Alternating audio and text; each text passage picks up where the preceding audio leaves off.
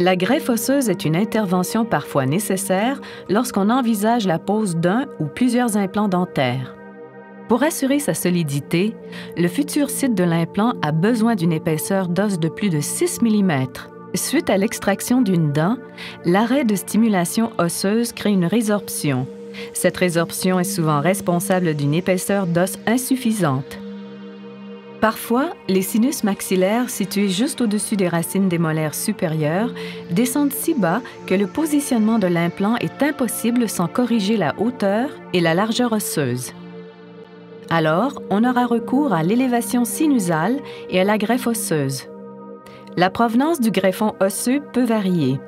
Il existe le greffon prélevé sur le patient même, le greffon provenant d'un autre individu de la même espèce et le greffon provenant d'une autre espèce, souvent d'origine bovine.